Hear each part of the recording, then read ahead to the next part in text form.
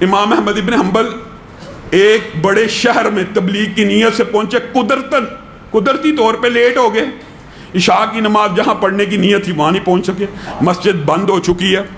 پاس سے ایک نان بھائی گزر رہا ہے، اے بزرگ کہاں سے آئے ہیں؟ فلاں جگہ سے آئے ہیں، نام ابھی تعارف نہیں ہوا، آپ آئیے، مسافر معلوم ہوتے ہیں، میرے گھر چلیے۔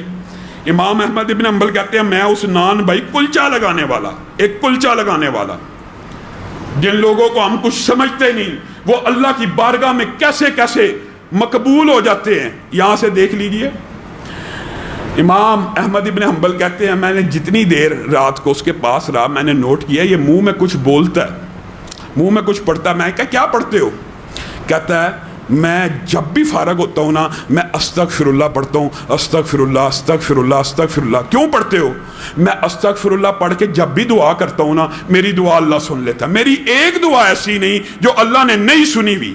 ہاں 20 برس گزر گئے ہیں، ایک دعا کرتا ہوں لیکن مجھے یقین ہے میرا رب میری وہ دعا بھی پوری کرے گا۔ میرے پاس پیسہ نہیں ہے اس ملک میں جانے کا، اس قصبے میں جانے کا، میں اللہ سے دعا کرتا ہوں موت سے پہلے امام احمد ابن حنبل کی زیارت کروا دے۔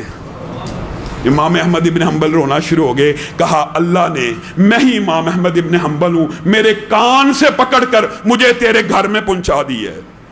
بتائیے انسان اللہ سے مانگ رہا ہے، جب اللہ سے مانگ رہا ہے تو کیا اس کو یہ وہم ہونا چاہیے اللہ نہیں سنے گا؟ یہ وہم دل سے نکالنا ہے، خلوص نیت سے۔ پھر دعا کی قبولیت کے اندر ایک جو سب سے بڑا فیکٹر ہے وہ یہ بھی ہے کہ انسان جتنا سچ بولنے والا ہوگا اتنی جلدی دعا قبول ہوگی، انسان کا رزق جتنا پکیزہ ہوگا اتنی جلدی دعا قبول ہوگی۔ اس کی دلیل کیا ہے؟ یہ بھی حدیث سے ثابت ہے۔ نبی کریم صلی اللہ علیہ وسلم نے کہا ایک بندہ خانہ کعبہ کے اندر ہے، مسافر ہے، مسافر کی دعا قبول ہوتی ہے۔ جن لوگوں کی دعائیں قبول ہوتی ہیں نا، یہ بھی بات یاد رکھیں، موضوع اصل میں طویل، اپنی بات کو مختصر کرتا ہوں انشاءاللہ، اس کے بعد تراویح پڑھتے ہیں۔ جن لوگوں کی دعا قبول ہوتی ہے ان میں مسافر شامل ہے، ان میں مظلوم شامل ہے، ان میں اللہ کے فضل و کرم سے ہم روزے دار شامل ہیں۔ روزے دار کی پورے دن کی دعا قبول ہوتی ہے۔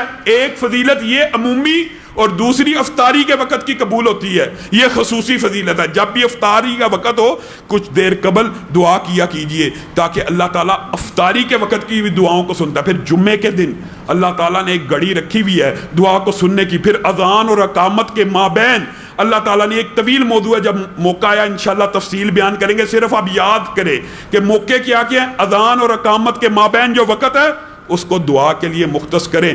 بارش ہو رہی ہو اس کو دعا کے لیے مختص کریں، دوران بارش بھی۔